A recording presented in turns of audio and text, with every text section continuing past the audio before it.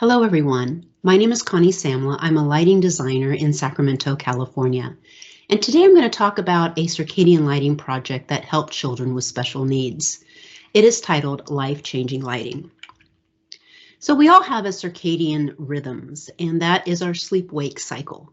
And if you look at this chart, this is basically what our bodies go through on a 24-hour period. And about 2 in the morning is our deepest sleep. Now, you might be 1 in the morning or 3 in the morning, but on average, our bodies go through deepest sleep at 2 o'clock. 4 o'clock is typically when we will, raise up those covers because we got cold. And then sometime in the morning, our melatonin will stop producing. And that's a good thing because melatonin is our sleep hormone. And we don't want to be sleepy during the day. We want our serotonin to kick in and then help us be alert and awake during the day. 10 o'clock, great time for a meeting. 5 o'clock, great time to work out. And then sometime in the evening, our melatonin will start producing again and help our bodies relax and eventually fall asleep. Now, outdoors, we look out there and we have beautiful sunrises, beautiful sunsets, and we can see that it changes color temperature throughout the day. Right now it's very bright and blue outside, but tonight it will be very warm and relaxing. Now, can we mimic the outdoor lighting and bring it inside? Absolutely. With the invention of tunable white light fixtures and light bulbs, we can do a lot of different things now by bringing that to the indoors. So this project included 36 families with children on the autism spectrum, and they were pretty young. They were ages 5 to 10 years old. Each family received technical support from our team and $1,500 in tunable white light fixtures, light bulbs, and controls. Now, I am not an autism expert, so we wanted to bring autism experts together to help us form the questions and make this study very relevant for everyone.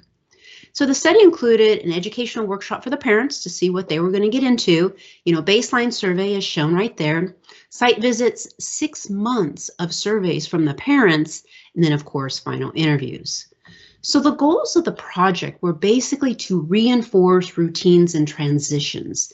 Children on the spectrum have a difficult time with transitioning, especially if it's from one activity that they enjoy doing, like watching TV, to an activity that they may not enjoy doing, like homework or chores. Also, avoiding blue light at night, and then providing safe nighttime navigation because these children were very young and they were getting up in the middle of the night, going to the bathroom, things like that. Now, we wanted to make sure that we spent the most time in the areas where the children spent the most time. So all of their areas were changed with tunable white light fixtures and light bulbs. So these are the behaviors that we actually saw in these children. Every single one of them is on some smart device, especially now because we're all learning and working from home. We also saw fear of the dark, lots of anxiety, bedwetting because of fear of the dark, and sleeping with their parents. So these were very, very common, and a lot of the parents were sleep deprived because their children would come in every night. Also, nightly battles over going to bed. The children didn't want to go to bed, and finally they went to bed, but then they didn't want to get up in the morning. So these transitions were very difficult, and a handful of other behaviors that we saw. So one of the routines that we made sure that we commissioned all of these homes was a circadian lighting routine. And that basically means that they had the proper color of light at the proper time of day. So no matter when they turned on that light fixture or light bulb, it would be the right color. And you can see the schedule right there. So whenever their child would wake up to about 1 in the afternoon, it would be a very high color temperature, to jumpstart their system, stop their melatonin production, and keep them alert and awake. And then in the afternoon, it was a neutral color. But at night, it was a very warm and dim color. And you can see those in the pictures on the right-hand side. So this routine actually helped children with transitions.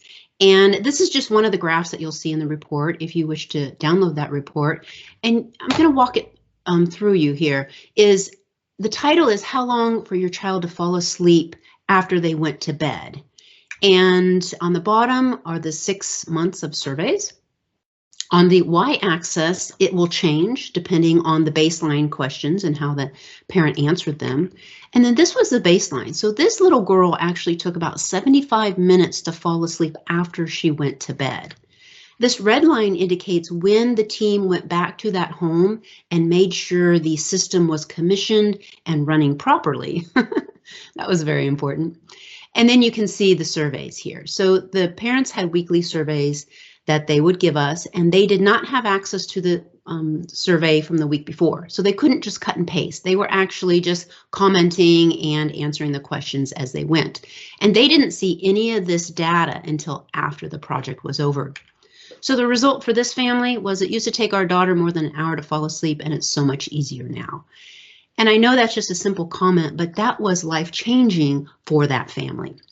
And here's another chart. The y-axis is a little different. It's only 35 minutes was their baseline, but you can still see the trend. It was going down. It was taking their child less time to fall asleep. So now they're averaging 10 minutes. So just think about it. This family has an extra 25 minutes a night that they can spend on other things, on other children, on their spouses, whatever they may need to do. And then this comment here, evenings are so much easier for me now. Another routine was going to sleep. Again, these children were young, they were scared of the dark, they didn't want to be left alone. So we used under the bed lighting and a table lamp just set really low on amber, dimmed low. And the parents could actually program the lighting so that it would stay on for an hour or two and then eventually dim to off. So the parents didn't have to come in and turn the lighting off anymore, but it gave the child reassurance that there were no monsters under the bed or anything like that. And it actually helped the children fall asleep quicker because they had less anxiety. Another one was once a child went to sleep, it was hard to wake them up in the morning. So, and very effective though, if you used an overhead light on a very high color temperature, you could have that ramp up slowly like the sunrise, or you could have it power on, and it just depended on the child. And it was amazing how the lighting worked to wake up these kids. So there was one little girl who would wake up swinging because she was nonverbal, and that was how she expressed herself. And her mother programmed this system in her room. And so when her mother would come in the room, her child would already be awake and getting ready for school. Of course, this was last year. But that was life-changing for them because now the mother could spend more time with her other children and her spouse. And then another routine was safe nighttime navigation. So basically there was this under the bed light that was on a motion sensor. So when the child would put his or her feet down, that motion sensor would see those feet and turn on the under the bed light, a hallway light, and the bathroom light. So it made a nice pathway to the bathroom because that's mainly where they were going, and then a safe return. So they didn't have to be scared of the dark. They didn't have to, just be unaware of what was going on. And this was very dimmed, very low lighting and amber color, so it did not mess with their dark adaptation at night. So what were the results? Well, 33 of the 36 families actually met all the project requirements over a 6-month period, and total length was about 9 months of us working with them, and I just wanted to highlight one of the results here, that all of the children with a baseline rating of 3 or lower saw improvements in their categories. Now, these were the baseline questions. If the child was, 3, 2, or 1, that meant that they had some areas of improvement. If the child, would go to bed very easily, there was nothing to prove upon. So they didn't see anything in those areas. But if they were rated 1, 2, or 3, all the children saw improvements in their categories. And then, of course, during the final interview, we asked a question is, how would you rate your experience with this system? Did it have no impact on your family? Was it just fun? Did it have life-changing impact? And basically 77% of them said it had impact or life-changing impact in their family. And that affected the children, their other siblings, mom and dad, grandma and grandpa, whoever was living in that household, it affected everyone. So that's great. It really helped children with special needs, but what about us? This system, circadian lighting is good for children, for seniors, and everyone in between. That includes you and I. So what do we need? We need daylight in the morning. If we can go outside and go for a walk or sit next to a window to help stop our melatonin production and get our serotonin going and keep our bodies alert and awake, that is great. That jumpstarts our system.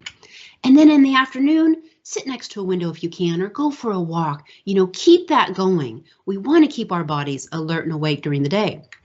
And then at night, just as important, we want to limit our exposure to blue white light before bedtime, and that includes our smart devices. I like to play on my phone before I go to bed, but I put the blue light filter on just so it eliminates any of the blue white light at night. And then, of course, sleep in a dark room if you can, or use amber and red night lights because that does not mess with our dark adaptation.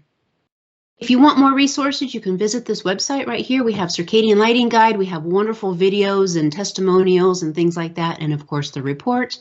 And I just want to thank you for your time. Please email me if you have any questions.